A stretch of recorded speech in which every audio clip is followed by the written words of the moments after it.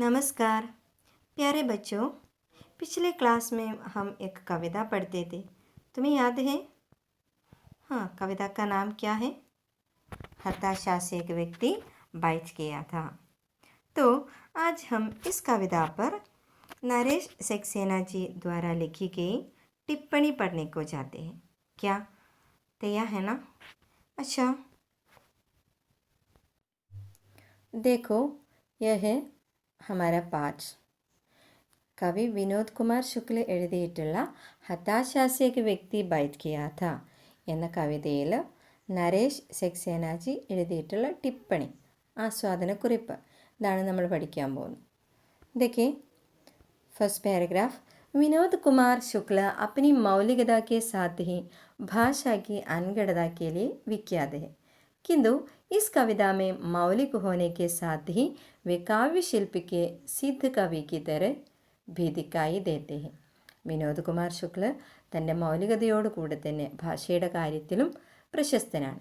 എങ്കിലും ഈ കവിതയിൽ മൗലികതയോട് കൂടെ തന്നെ കാവ്യശില്പത്തിൻ്റെ നിപുണനായിട്ടുള്ള കവിയുടെ രൂപത്തിലും കാണപ്പെടുന്നുണ്ട്. ശുക്ലജിയുടെ കാവ്യസൗന്ദര്യം എടുത്തു പറയേണ്ടതാണ്. അദ്ദേഹത്തിൻ്റെ ഭാഷ സ്വാഭാവിക് ഭാഷയാണ്. ഇതൊക്കെയാണ് ഫസ്റ്റ് പാരഗ്രാഫിൽ പറയുന്നത്. ദെൻ ആകെ देखिए कविता के अर्थ इतने सहज और साफ है कि उन्हें व्याख्या की दरकार नहीं. കവിതയുടെ അർത്ഥം ഇത്രയും സഹജവും വ്യക്തവുമാണ്, അതിന് വ്യാഖ്യാനിക്കേണ്ട കാര്യം ഇല്ല. सरल शब्दों वाले वाक्य സ്വയം ഹി അപ്ന മർമ്മ കഹ ദേത്തെ ഹെ. സരളമായിട്ടുള്ള വാക്കുകളുള്ള സെൻറ്റൻസ് സ്വയം തന്നെ അതിൻ്റെ മർമ്മം നമുക്ക് പറഞ്ഞു തരുന്നുണ്ട്. അത് വായിക്കുന്ന ആൾക്ക് ഇത്രയും പെട്ടെന്ന് മനസ്സിലാകുന്ന രീതിയിലാണ്, ഇത്രയും സരളമാണ് കവിതയുടെ ലൈൻസും വേർഡ്സും എല്ലാം. देन व्यक्ति को मैं नहीं जानता था, हताशा को जानता था. कहते ही वे जानने की हमारी उस जानी पहचानी रूढ़ी को तोड़ देते हैं. വ്യക്തി को मैं नहीं जानता था, हताशा को जानता था. വ്യക്തിയെ ഞാൻ അറിയില്ലായിരുന്നു, പക്ഷേ നിരാശ അറിയാമായിരുന്നു. ഇത് പറഞ്ഞുകൊണ്ട് ജാന്ന എന്ന നമ്മുടെ ജാനി പഹചാനി അറിയപ്പെടുന്ന ഒരു രീതിയുണ്ട്. തോട് ദേത്തെ അതിനെ പൊട്ടിക്കുകയാണ്, അതിനെ തകർക്കുകയാണ്. ജോ വ്യക്തിക്ക് നാം പത്തേ ഉമ്ര, ഏതാണ് ആ ഒരു രീതി? വ്യക്തിയുടെ നാം പത്തേ ഉമ്ര ഓഹദെ യാ ജാതി സെ ജാനനെ കോ ജോഡ്തി ഹെ. വ്യക്തിയുടെ നെയിം, അഡ്രസ്സ്, ഏജ്, സ്റ്റാറ്റസ്, ജാതി, ഇതൊക്കെ ആണ് നമ്മുടെ ഒരു രീതി. അതിനോട് ചേർക്കുന്നു, യോജിക്കുന്നു.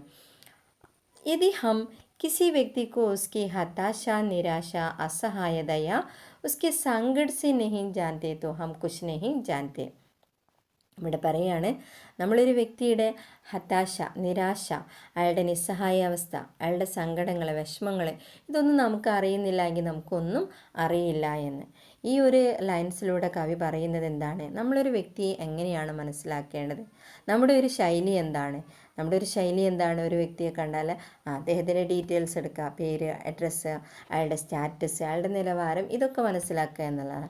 പക്ഷേ ഇവിടെ കവി പറയുന്നത് അങ്ങനെയല്ല. നമ്മൾ അങ്ങനെയുള്ള ഒരു വ്യക്തിയെ മനസ്സിലാക്കേണ്ടത്. ഒരു വ്യക്തിയുടെ നിരാശ, അയാളുടെ വിഷമങ്ങൾ, അയാളുടെ പ്രോബ്ലംസ് അതറിഞ്ഞ് അയാൾക്ക് വേണ്ട സഹായങ്ങൾ നൽകുക എന്നുള്ളതാണ്. ആ ഒരു രീതിയിലാണ് നമ്മളൊരു വ്യക്തിയെ അറിയേണ്ടത്. सड़क पर कायल पड़े अपरिचित व्यक्ति को देखकर क्या हम कह सकते हैं कि उसे हम नहीं जानते? എന്താ, റോഡിൽ മുറിവേറ്റ് കിടക്കുന്ന ഒരാളെ, അപരിചിതനായിട്ടുള്ള ഒരാളെ കണ്ടിട്ട് നമുക്ക് പറയാൻ പറ്റുമോ എനിക്ക് അയാളെ അറിയില്ല എന്ന്? അവിടെ നമ്മൾ അയാളെ സഹായിക്കണ്ടേ? എനിക്കറിയാത്തൊരു വ്യക്തിയാണ് എന്ന് പറഞ്ഞ് നമുക്ക് പുറംതിരിഞ്ഞോടാൻ പറ്റുമോ? വാസ്തവമേ ഹമേൻ ജാനത്തെ ഹെ കി यह व्यक्ति मुसीबत में है और इसे हमारी मदद की ज़रूरत है. സത്യത്തിൽ നമുക്കറിയാം ഈ വ്യക്തി അപകടത്തിലാണ്, അദ്ദേഹത്തിന് നമ്മുടെ സഹായം അത്യാവശ്യമാണ്. यह कविता मनुष्य को मनुष्य की तरह जानने की याद दिलाती है. ഈ കവിത മനുഷ്യനെ മനുഷ്യനായിട്ട് അറിയാനുള്ള ഒരു ഓർമ്മപ്പെടുത്തലാണ്, മനുഷ്യനെ മനുഷ്യനായിട്ട് തിരിച്ചറിയാനുള്ള ഒരു ഓർമ്മപ്പെടുത്തലാണ്. കവിത लगातार नहीं जानने और जानने का बयान करती जाती है. കവിത നിരന്തരം നെഹിം ജാന്ന ജാനന ഇതിനെങ്ങനെ വ്യക്തമാക്കിക്കൊണ്ടിരിക്കുകയാണ്. ശില്പിക്ക് ഈസ് ബാരിക് കാരിഗരിക്കോ ദേക്കോ, ശില്പത്തിൻ്റെ ഈ സൂക്ഷ്മ കഴിവിനെ നോക്കൂ. വ മുझे नहीं जानता था, हाथ बढ़ाने को जानता था. हम एक दूसरे को नहीं जानते थे. साथ साथ चलना जानते थे यह नहीं जानना और जानന ഇവിടെ नहीं जानना और जानना എന്നുള്ള എന്നുള്ളത് കവിതയിൽ किसी लोकगीत के स्थाई की तरह बार बार लौटता है ഏതെങ്കിലും ഏതോ നാടോടിപ്പാട്ടിലെ വായ്ത്താരി കണക്ക് ഇങ്ങനെ റിപ്പീറ്റ് ചെയ്തു വരികയാണ്. गद्य में लिखी हुई किसी कविता में लिरिकल या गीतात्मकता का बोध इस खूबी के साथ हिंदी की किस कविता में आया है याद नहीं आ रहा. ഗദ്യത്തിൽ എഴുതിയിട്ടുള്ള ഏതെങ്കിലും ഒരു കവിതയിൽ ലിറിക്കലായിട്ടോ ഗീതാത്മകമായിട്ടുള്ള എന്താണ് ഇത്രയും ഗീതാത്മകതയോടുകൂടി ഇത്രയും സവിശേഷതകളോടുകൂടി ഹിന്ദിയിലെ ഏതെങ്കിലും ഒരു കവിതയിൽ വന്നിട്ടുണ്ടോ എന്നുള്ളത് ഓർമ്മ വരുന്നില്ല എന്ന്.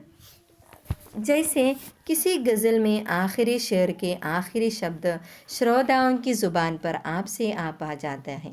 അതുപോലെ ഏതെങ്കിലും ഗസലിലെ അവസാന വരിയിലെ അവസാന വേർഡ് അവസാന വാക്ക് കേൾവിക്കാരൻ്റെ നാവിൻ തുമ്പിൽ സ്വമേധയാ വന്ന് ചേരുന്നു. വൈസേ ഹി ഇസ് കവിതയ്ക്ക് അന്തിം ശബ്ദ് അതുപോലെ തന്നെ ഈ കവിതയുടെ അവസാന വേർഡായിട്ടുള്ള സാത്ത് സാത്ത് ചലന കെ ബാദ് അതിനുശേഷം ഇത് ഈ കവിത പാട് രോക്ക് ദിയാ ജാഹേത്തോ ആരെങ്കിലും ഈ കവിത വായിക്കുന്ന നിർത്തുകയാണെങ്കിൽ കവിത ചൊല്ലുന്ന നിർത്തുകയാണെങ്കിൽ സുനനെ വാലെ ഹൂദ് വാക്യം പൂരാക്കരുതെങ്കിൽ കേൾക്കുന്ന ആൾ സ്വയം ആ വാക്യം പൂർണ്ണമാക്കും. അവർ കഹെങ്കെ ജാൻതേ ഥേ ആ ജാൻതേ ഥേ എന്ന് നമ്മൾ ഏറ്റ് ചൊല്ലും. സാത്ത് സാത്ത് ചലന എന്ന് പറഞ്ഞ് ആരെങ്കിലും നിർത്തുകയാണെങ്കിൽ അതിൻ്റെ കൂടെ കേൾക്കുന്ന ആളറിയാതെ ചൊല്ലിപ്പോവും ജാൻതേ ഥേ. यह कविता जानना शब्द के रूढ़िग्रस्त अर्थ को पूरी तरह से बदल देती है. ഈ കവിത ജാനന എന്ന വേർഡിൻ്റെ പരമ്പരാഗതമായിട്ടുള്ള ഒരു ശൈലിയുണ്ട് അല്ലേ, ആ ഒരു സമ്പ്രദായത്തെ പൂർണ്ണമായിട്ടും മാറ്റിയാണ്. वो क्या है रूढ़िग्रस्त अर्थ क्या है? जानना शब्द की रूढ़िग्रस्त अर्थ क्या है? हाँ, किसी व्यक्ति को उसकी नाम पता उम्र ओहदा जाति आदि से जानना पहचाना यह है जानना शब्द के रूढ़िग्रस्त अर्थ. ഇവിടെ കവി ആ ഒരു സമ്പ്രദായത്തെ മാറ്റിയാണ്. इस कविता की पहली दो पंक्तियों में ही कवि अपनी पूरी बात कह देता है. ഈ കവിതയുടെ ഫസ്റ്റ് 2 വരിയിൽ തന്നെ കവി തൻ്റെ മുഴുവൻ കാര്യങ്ങളും പറഞ്ഞു തരുന്നുണ്ട്. ശേഷ പങ്ക്തിയാം ഉസി കഹെ ഗയെ കോ और सखने और गहरा करती है. ശേഷമുള്ള വരികളെ എന്തിനാണ് പറയുന്നത്? അതിൻ്റെ ആഴവും ഗാഢതയൊക്കെ ഒന്നും കൂടെ കാണിക്കാനാണ്. കവിത का संदेश है कि दो मनुष्यों के बीच मनुष्यता का एहसास यानी मानवीय संवेदना होना ज़रूरी है. കവിതയുടെ സന്ദേശം ഇതാണ്, 2 മനുഷ്യർക്കിടയിൽ മനുഷ്യത്വമാണ് വേണ്ടത് അല്ലേ, മാനവീയ ഗുണങ്ങളാണ് വേണ്ടത്. അല്ലാതെ കുറേ ജാൻകാരികളല്ല, കുറേ ശേഖരണങ്ങളല്ല, അയാളുടെ അഡ്രസ്സോ കാര്യങ്ങളോ പദവിയോ ഇതൊന്നുമല്ല ഒരു മനുഷ്യനെക്കുറിച്ച് നമ്മൾ മനസ്സിലാക്കേണ്ടത്. മാനവീയ ഗുണങ്ങളാണ് നമുക്ക് വേണ്ടത്, മനുഷ്യത്വമാണ് വേണ്ടത്. ഇതാണ് ഈ കവിത തരുന്ന മെസ്സേജ്. किंतु ये संदेश कविता में उपदेश की तरह नहीं आता. എങ്കിലും ഈ കവിതയിൽ ഈ ഒരു മെസ്സേജ് ഒരു ഉപദേശമായിട്ട് ഒരു ഉപദേശത്തിൻ്റെ രൂപത്തിൽ തരുന്നില്ല. ഇത് വായിക്കുന്ന ആൾ, കവിത മനസ്സിലാക്കുന്ന ഒരാൾക്ക് അതിൻ്റെ ഒരു ആശയം മനസ്സിലാവുന്ന രീതിയിലാണ് കവി അതിനെ വിവരിച്ചിട്ടുള്ളത്.